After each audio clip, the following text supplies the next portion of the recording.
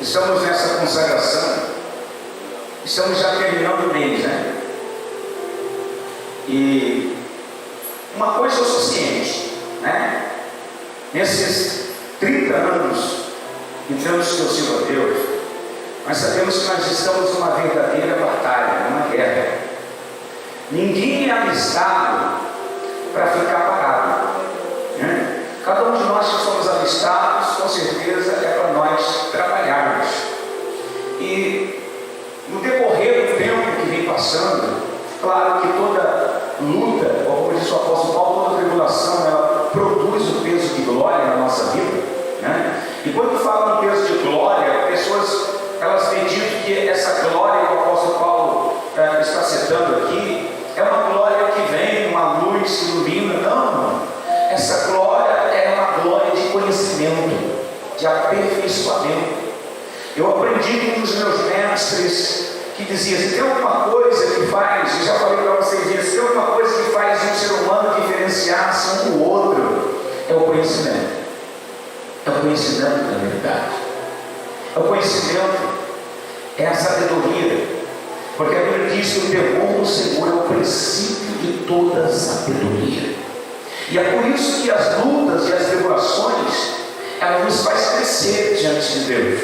Quando nós estamos vivendo pela palavra, quando nós estamos realmente conectados com a verdade de Deus, a verdade de Deus, ela é lâmpada para nossos pés e luz para os nossos caminhos.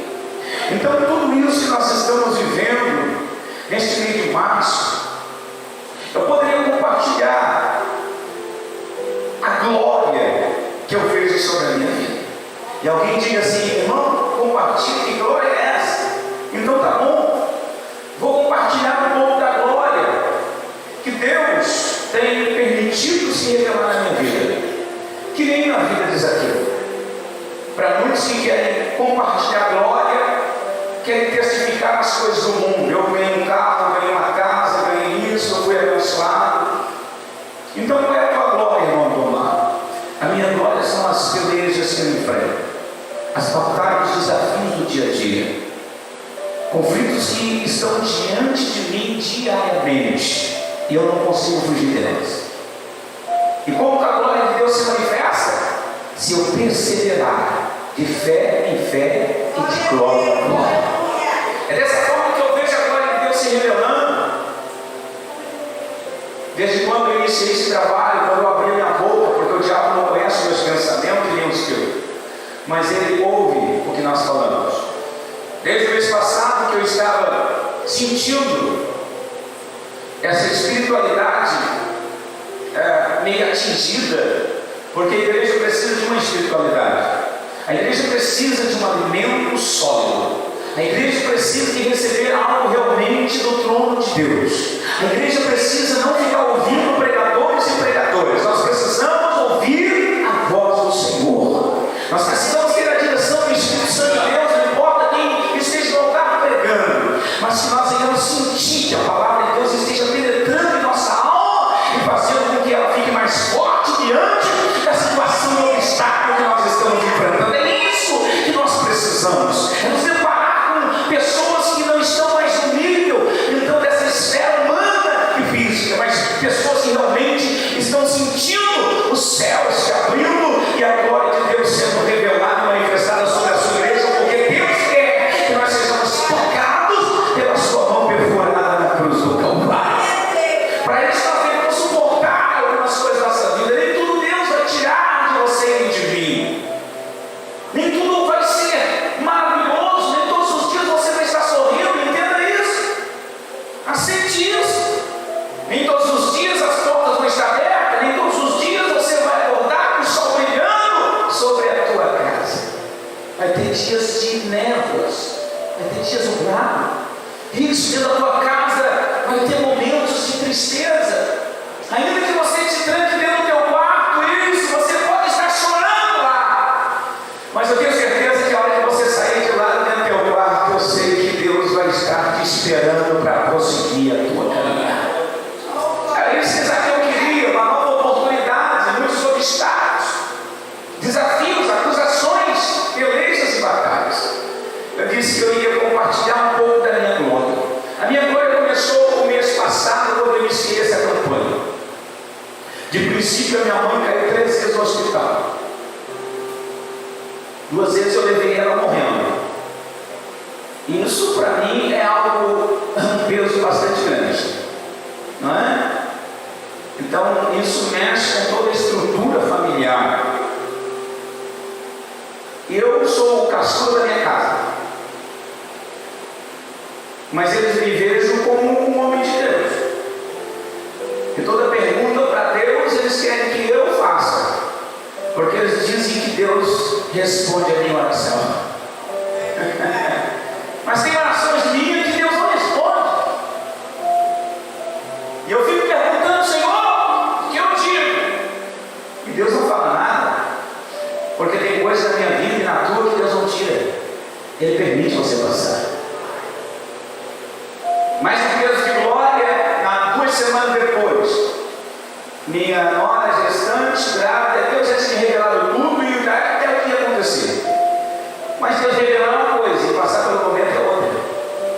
E meu neto nasceu e ainda está no hospital. E nós só não colapsamos porque Deus fala conosco antes. E a minha casa desestruturou. Meu filho entrou em pânico. Minha esposa colapsou. E me chamaram. E perguntaram para mim, agora, os médicos estão dizendo isso. E eu falei uma palavra para eles. O médico pode falar 1000 palavras, mas eu vou ficar com aquilo que Deus falou e revelou no meu coração. E a gente vê a situação. Estamos diante de Jesus, mas temos que subir uma fileira brava. E na semana passada eu fui para Ibituba pregar. Voltando para casa, meu carro desgovernou.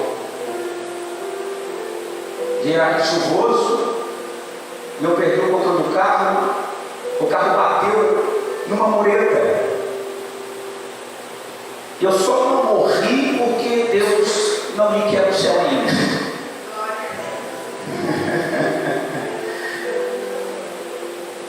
E o carro não deu em nada. O vidro saltou para fora e eu fui voando, quase que eu voei. Só não voei porque o cinto me segurou. E quando eu saí do carro, eu olhei para o carro, eu olhei para o céu e disse, Deus, tu não me quer no céu mesmo.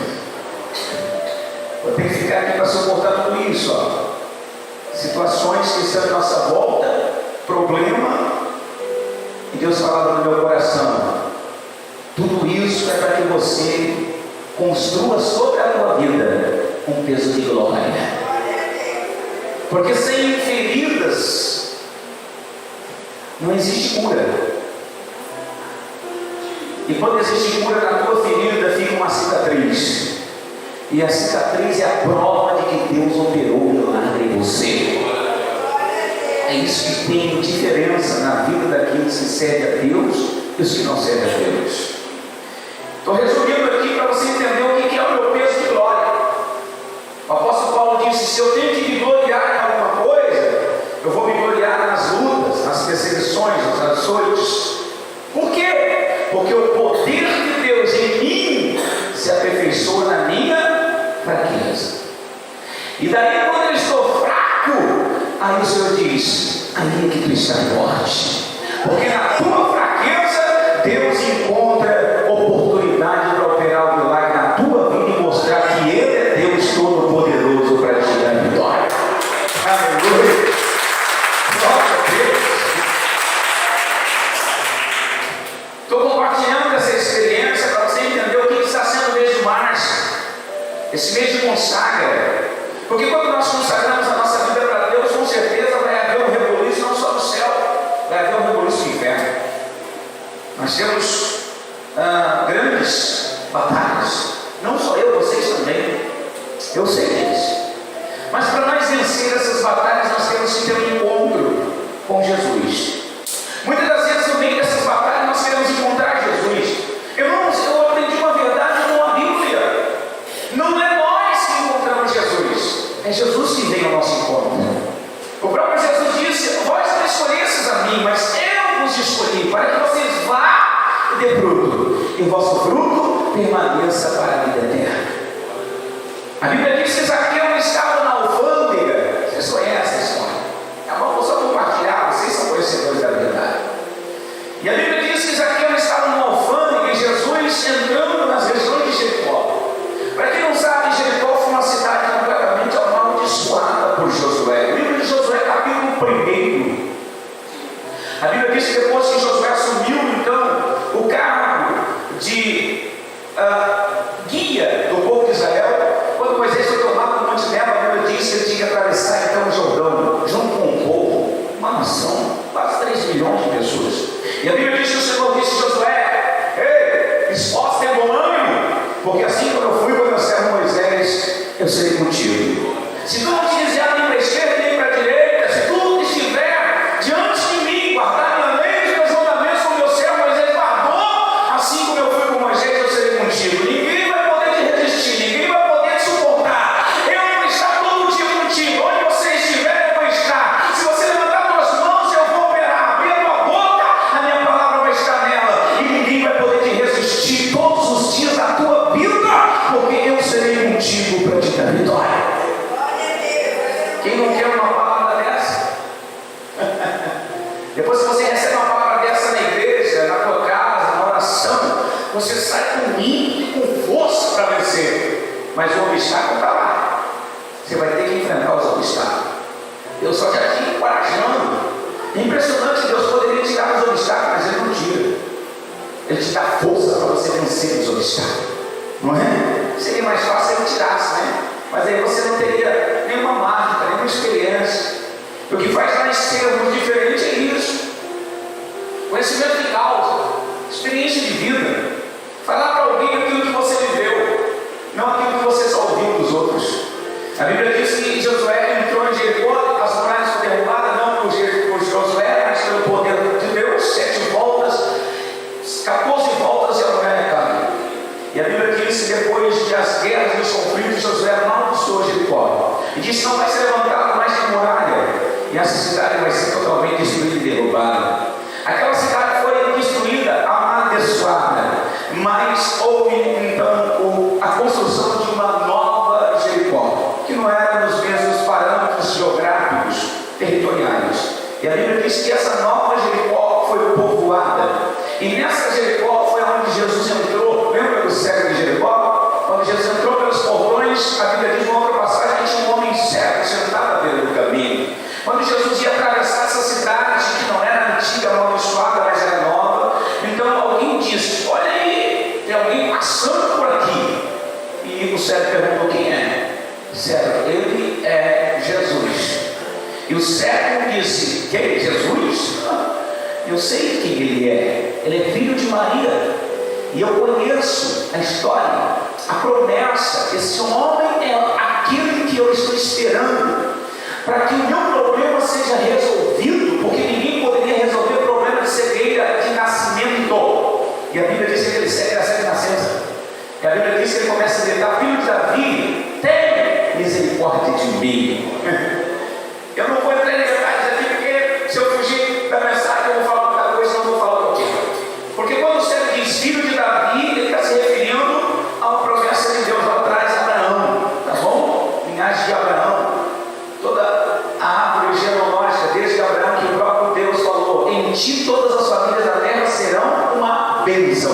Como todas as famílias da terra serão uma bênção? Porque da linhagem de Abraão, então até Jessé, ia nascer Jesus, e todos seriam abençoados. A Bíblia diz então que a partir desse ponto, desse momento, o cego clama e Jesus fala. Por quê? Porque o cego está reconhecendo Jesus, não na cidade amaldiçoada, mas na nova Jericó.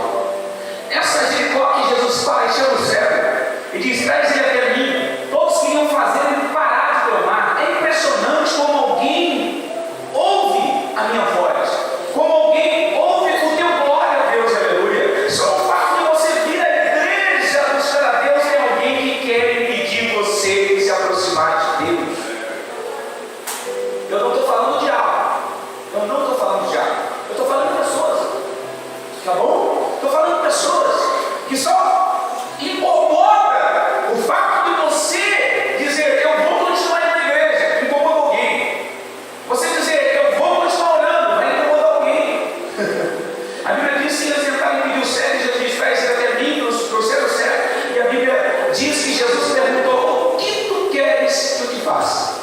o cego disse: eu quero ver. E Jesus disse: então deixa. E o cego viu. E a fama correu. Jericó foi tomado pela explosão de milagres. Jesus curou aquilo que o curandeiro não podia. Os cientistas da época não conseguiam. A única coisa que eles podiam fazer era pedir uma autorização para Roma, tá? Uma autorização para ele mendigar, pedir esmola na porta da cidade. Ninguém podia ajudar. Jesus curou o cego e a notícia propagou. E a Bíblia diz que essa notícia chega até a alfândega onde Zaqueu estava. A notícia chegou até Zaqueu. E a Bíblia diz que Zaqueu ficou curioso. Zaqueu, quem é esse homem que cura cego que nasceu? Zaqueu estava muito ansioso para saber quem ele era. De repente Jesus entra. Jesus e seus discípulos entram.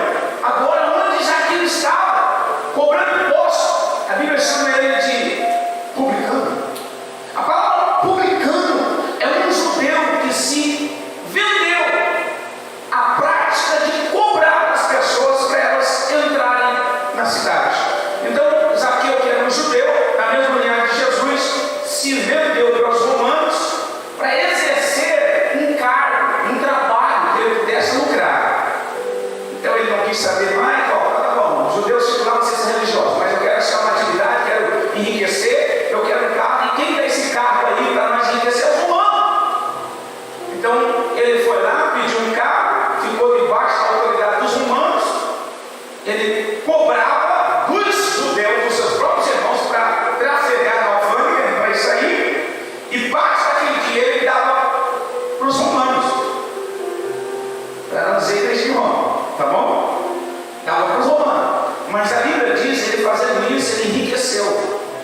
A Bíblia diz aqui, ó, que Zaqueu era rico. Irmão, quando a Bíblia cita que alguém é rico na Bíblia, não é rico de maré. Não é rico de maré, é rico de verdade. Tem muito dinheiro. Quando a Bíblia fala é rico, o rico da Bíblia aqui é uma pessoa abastada, uma pessoa bem posicionada. Então a Bíblia diz que com essa prática errônea, Zaqueu enriqueceu, cobrando com usura dos seus irmãos, exercendo o cargo romano, ignorando a lei judaica e a parte religiosa. Mas quando Jesus cura o cego, Zaqueu desperta a parte religiosa. Ele diz: espera aí, curou o cego? Eu tenho que saber quem é esse homem. E a Bíblia diz que Jesus entrou. Quando Jesus entra novamente, a multidão, ó, superlota. As pessoas vêm atrás de Jesus. Jesus está percorrendo as ruas, entra agora pela alfândega. E Zaqueu olhou Jesus, era uma multidão, com seu discípulo, era cego, era manco, era aleijado, e todos que chegavam até Jesus eram tocados e recebiam milagre. A Bíblia diz que Zaqueu deixou a alfândega e começou a seguir Jesus. Jesus tinha ido para outro lugar fora da alfândega. E Zaqueu disse: hoje eu vou chegar perto, eu vou saber quem é esse Jesus. Ele colocou no seu coração, igual a mulher do fruto do sangue, claro, casa diferente. Mas a mulher do fruto do sangue disse: olha, eu gastei tudo que eu tenho, e se tão somente eu tocar na orla dos seus vestidos, eu sei que eu vou ficar curado.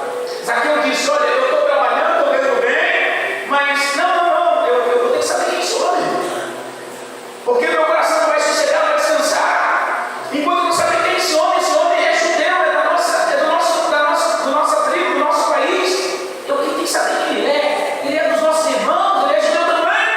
E a Bíblia diz que Zaqueu saiu.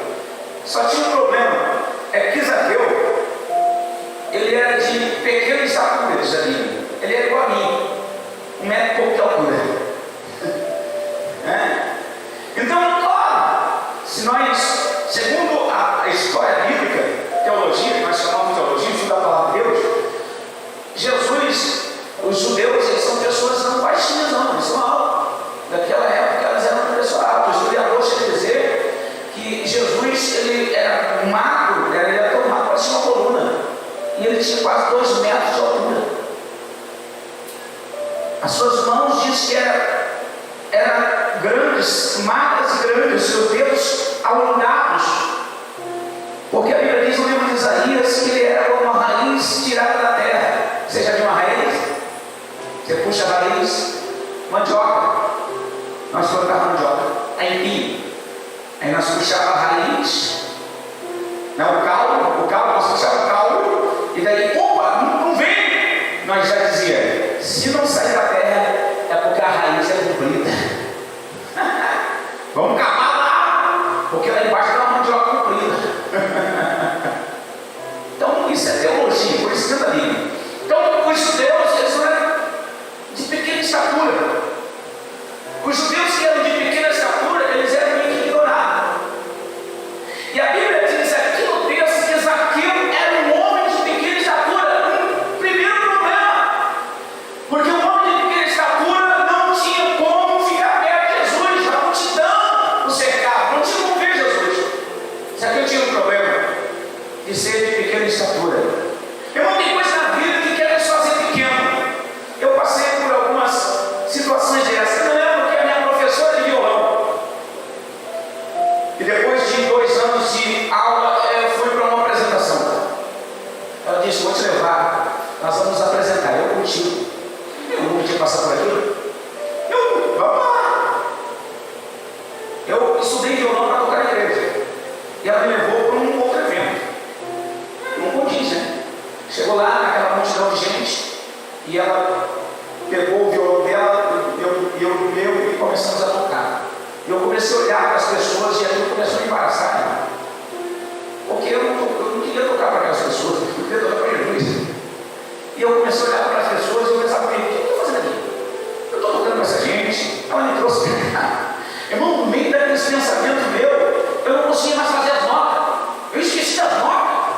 E eu comecei a bater o violão e vi que o som já estava mesclado, e ela começou a olhar para mim, e eu olhava para ela, quanto mais eu olhava para ela, mais eu me embaraçava. E eu tive que parar de tocar, ela teve que terminar a música, nós estávamos tocando, e eu parei. E aquilo ficou na minha mente. Eu disse, puxa vida, era para mim ter me apresentado bem, ficou. Porque existem situações na tua vida, na minha vida, que parece que é para nos frustrar, mas não é. É para nós aprender, é para nos amadurecer. A Bíblia diz que a estatura de Zaqueu fazia com que isso impedia ele de se aproximar de Jesus. É que nem muitas pessoas. Tem pessoas que dizem, irmão, eu não sou capacitado para isso, eu não sou capacitado para aquilo, a minha idade já passou, eu sou muito novo, eu não consigo fazer. Por quê? Porque o inimigo está querendo fazer você olhar para a tua estatura e dizendo que você é pequeno. Mas